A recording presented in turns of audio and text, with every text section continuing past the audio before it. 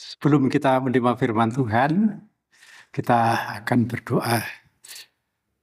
Allah Bapa kami dalam surga, dengan menyebut di dalam nama Tuhan Yesus Kristus, Anak Allah yang tunggal, kembali kami datang merendahkan diri di hadapan hadirat-Mu untuk menyambut firman Tuhan.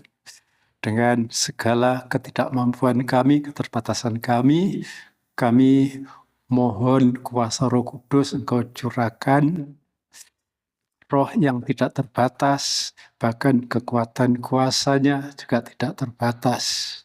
Baik hamba-Mu maupun semua yang mendapat kesempatan untuk mendengar firman yang akan disampaikan saat ini.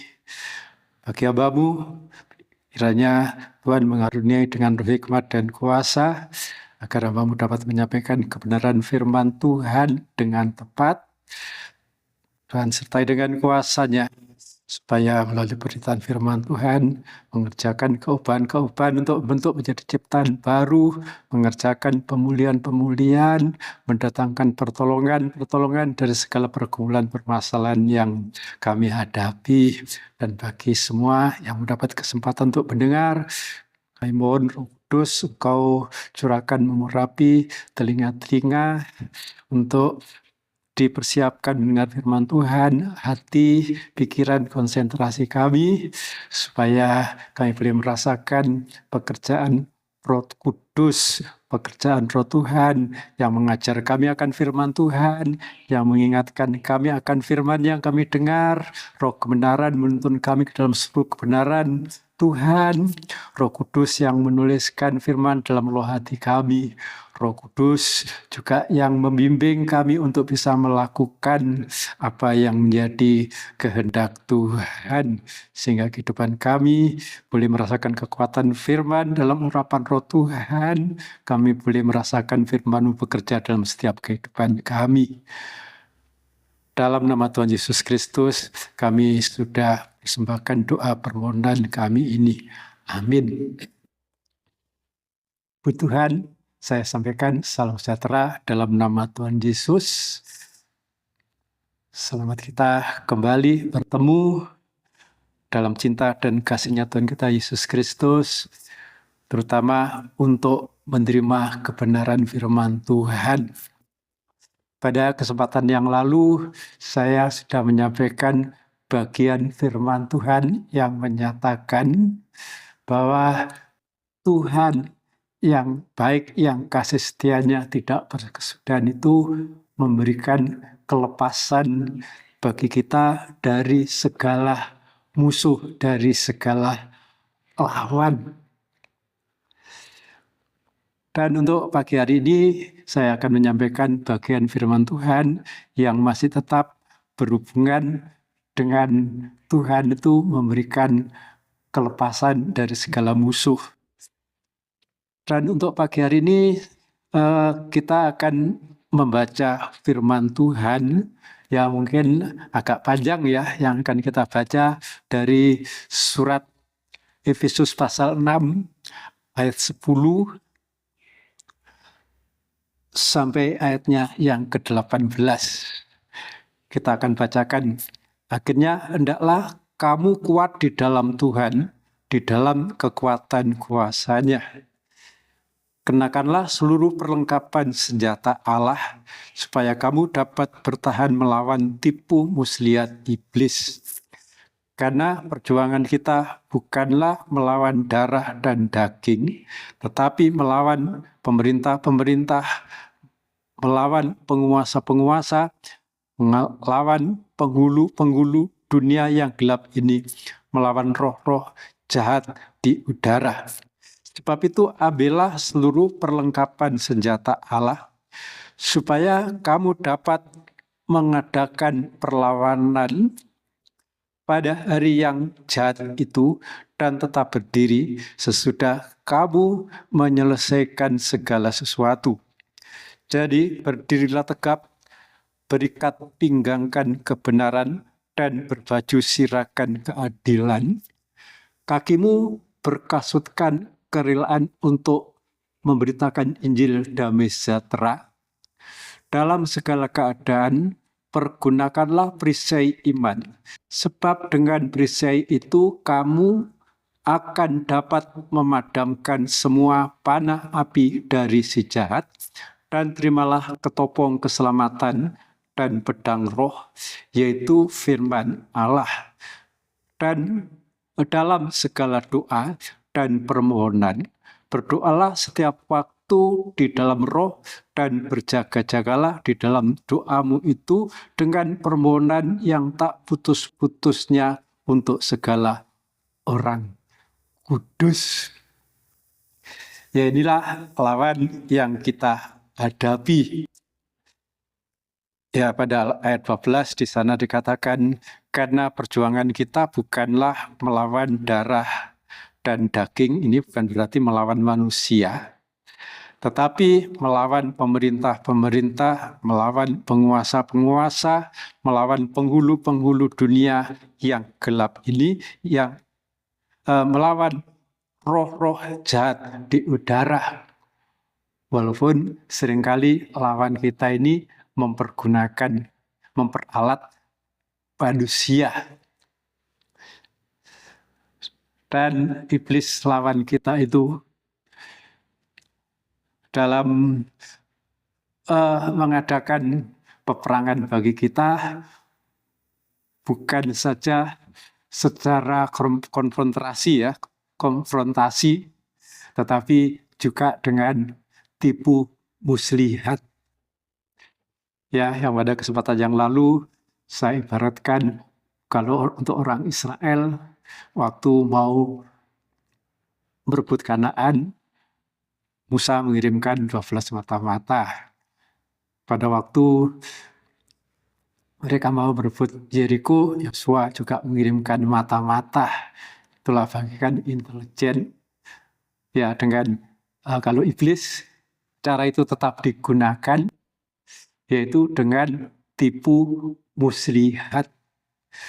Dan tentunya untuk mengetahui tipu muslihat iblis ini tidak gampang. Kalau bukan pertolongan Roh Tuhan, pasti kehidupan umat Tuhan itu bisa terperdaya. Nah, itu tuh pada bagian ini dari ayat-ayat yang kita baca tadi, supaya kita ini mengambil seluruh perlengkapan senjata Allah dan menggunakannya. Itu ditulis pada ayat 13, sebab itu ambillah seluruh perlengkapan senjata Allah, supaya kamu dapat mengadakan perlawanan pada hari yang jahat itu dan tetap berdiri sesudah kamu menyelesaikan segala sesuatu. Ya, dari di sini mengambil dan mempergunakan.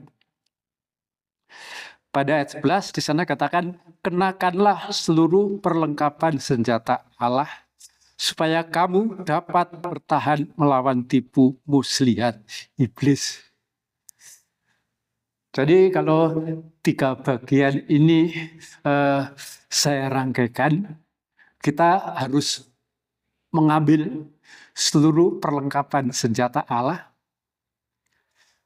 Kita harus mengenakan, harus memakai, dan menggunakan. Sebab kalau cuma kita ambil, tidak kita kenakan, tidak kita pergunakan, juga tidak akan bisa membawa kemenangan kita dari musuh. Kalau cuma kita kenakan, tetapi tidak kita pergunakan, maka itu juga tidak akan bisa memberikan kemenangan bagi kita dari tipu muslihat musuh. Ya, jadi di sini harus lengkap. Diambil, dikenakan, dan dipergunakan. Karena kalau bicara senjata, perlengkapan yang dari Allah. Di sini memang ada yang harus kita kenakan, tetapi ada juga yang harus kita pergunakan. Ya, kalau saya sebutkan kembali secara singkat, kita harus mengenakan ikat pinggang, itulah kebenaran. Mengenakan baju sirah, keadilan. Mengenakan kasut atau sepatu.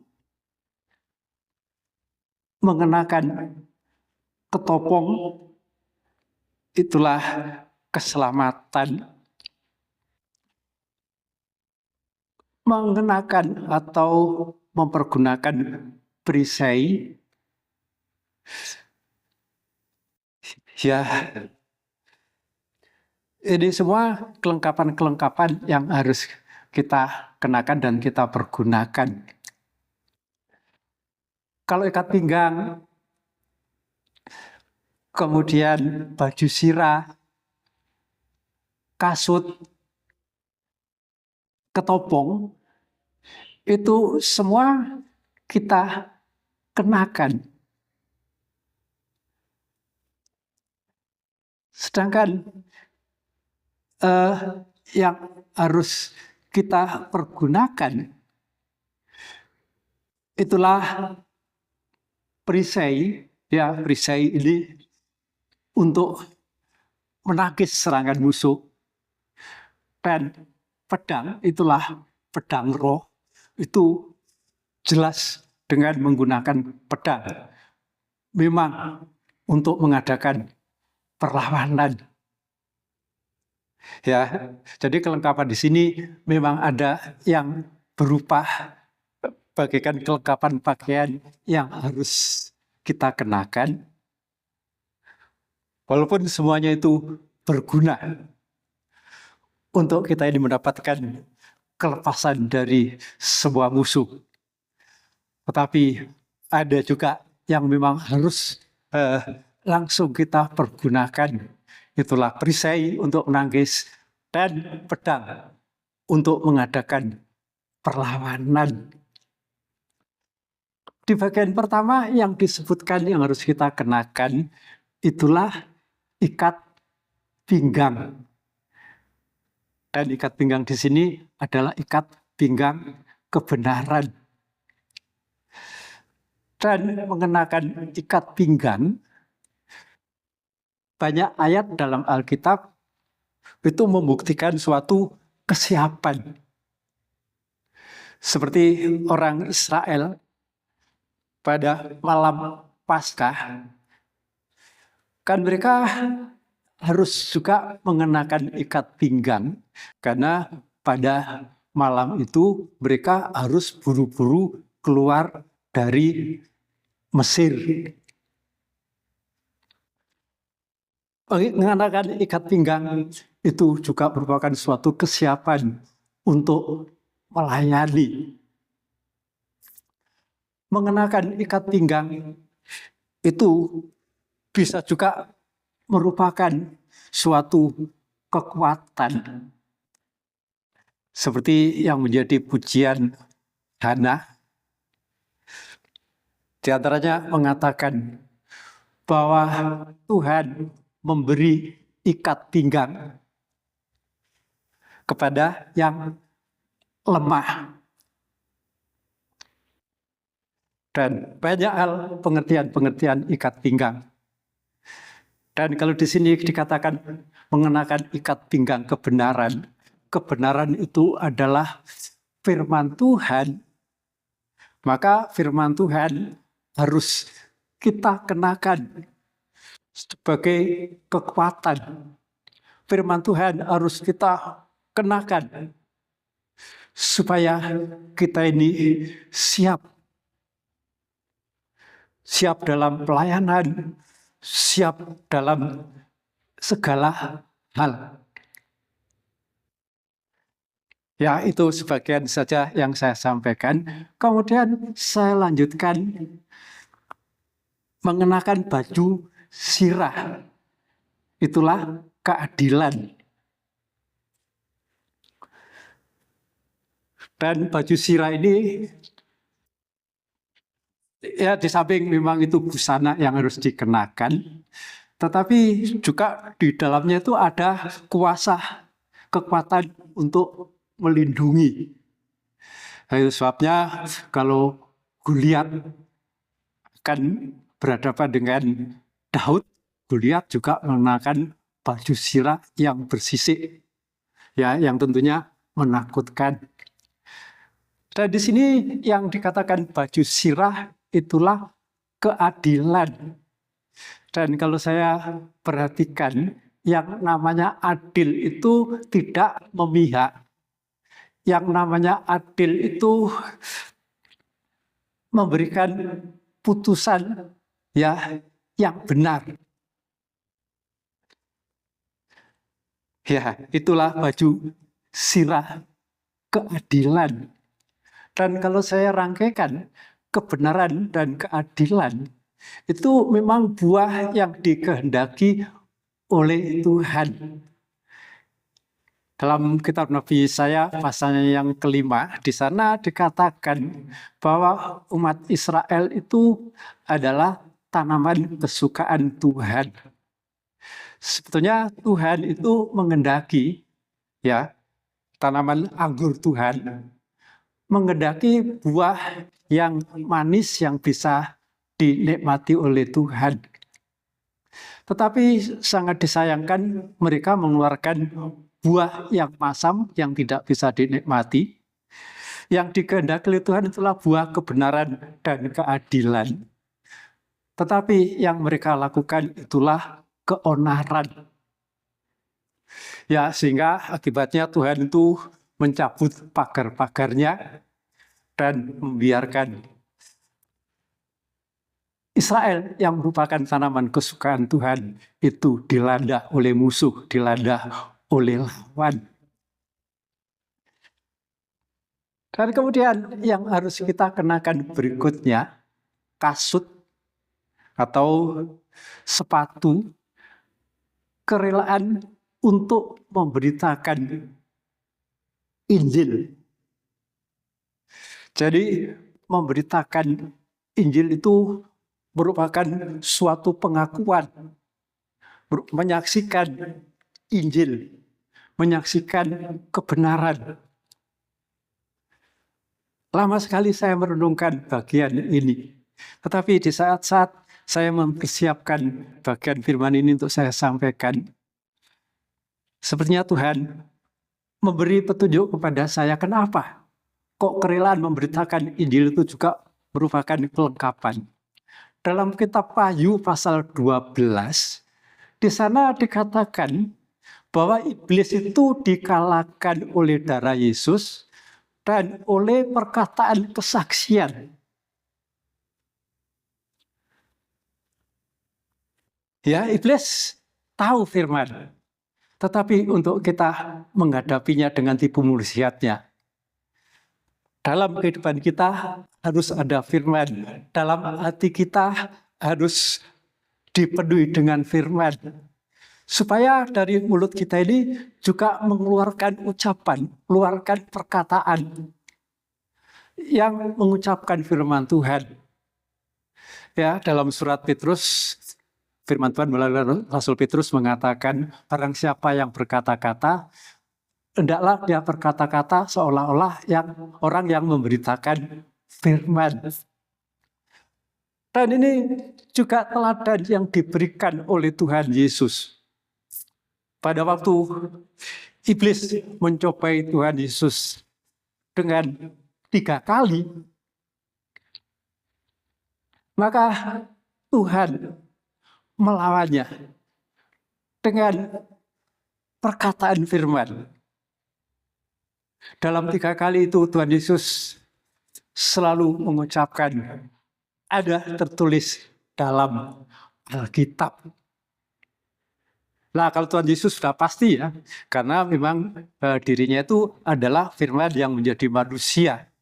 Ya pasti penuh dengan firman. Tetapi Tuhan juga mendirikan pertolongan bagi kita untuk dalam kehidupan kita ini juga dipenuhi dengan firman Tuhan. Dengan Tuhan mengirimkan roh-Nya. Roh yang mengajar kita firman, roh yang mengingatkan akan firman yang telah kita dengar, roh yang menuntun kita ke dalam seluruh kebenaran Tuhan, roh yang menuliskan firman itu dalam loh hati kita, dan roh itu juga yang menuntun, membimbing kehidupan kita untuk bisa melakukan firman Tuhan.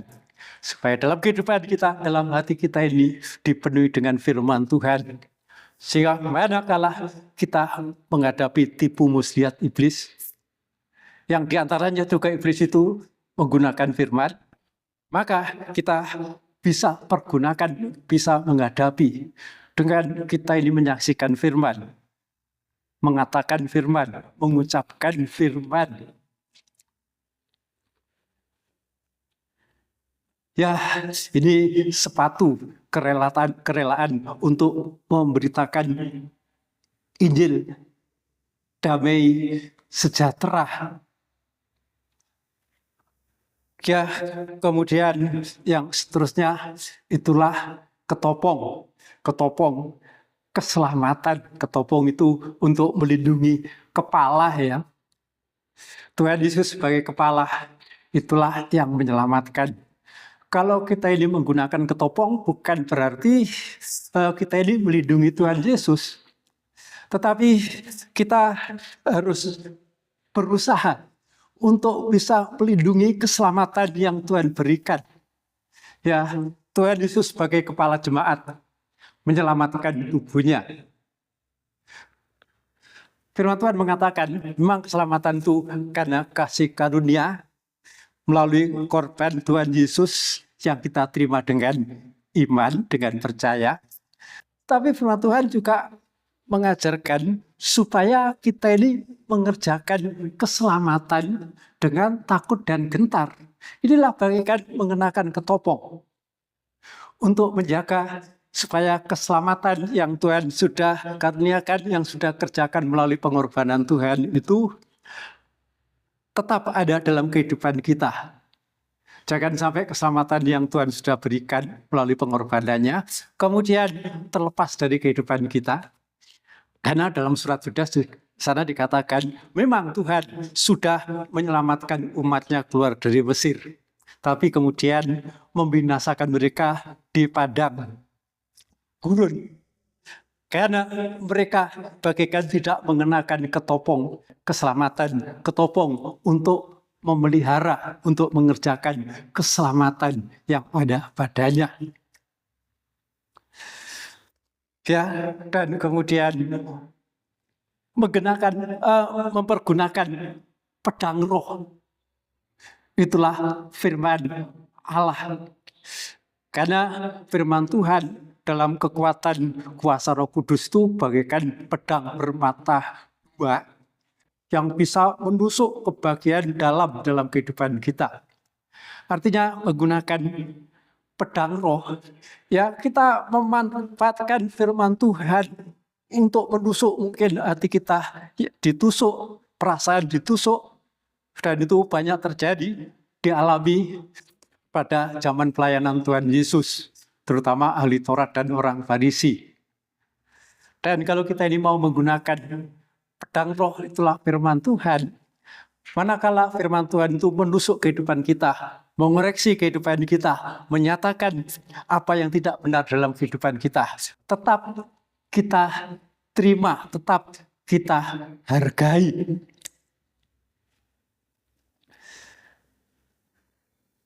Firman Tuhan dalam kitab Mazmur juga dikatakan bahwa Tuhan itu yang mengetahui kesesatan yang ada dalam hati kita. Seringkali kita tidak tahu apa yang tidak benar dalam kehidupan kita masing-masing.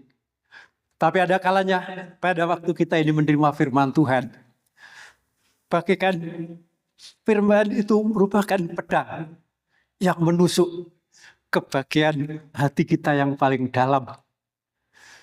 Dan ini juga yang selalu menjadi doa pribadi saya. Saya relakan untuk dikoreksi oleh firman Tuhan, untuk dinyatakan kesesatan yang ada pada kami, karena kami merindukan memiliki hidup yang berkenan kepada Tuhan. Dan kami juga mohon biar Roh Kudus yang menyadarkan. Ya, dan kemudian bagian yang terakhir, selalu berdoa senantiasa, berdoa dengan tidak putus-putusnya.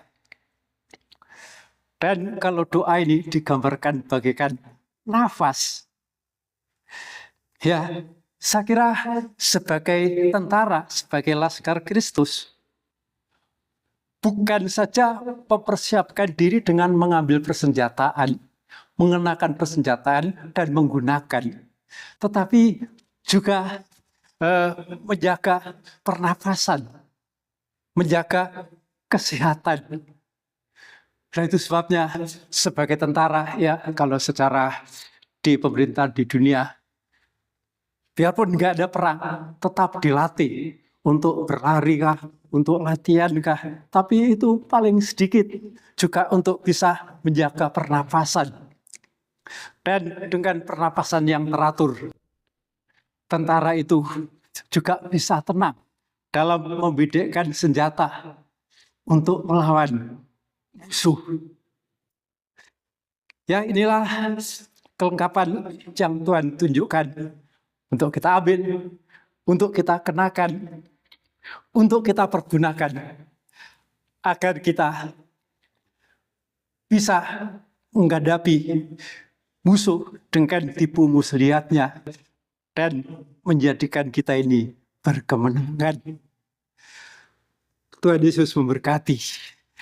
Kita akan berdoa, mengucap syukur kepada Tuhan. Kembali Bapa dalam surga, kami datang merendahkan diri di hadapan hadirat-Mu.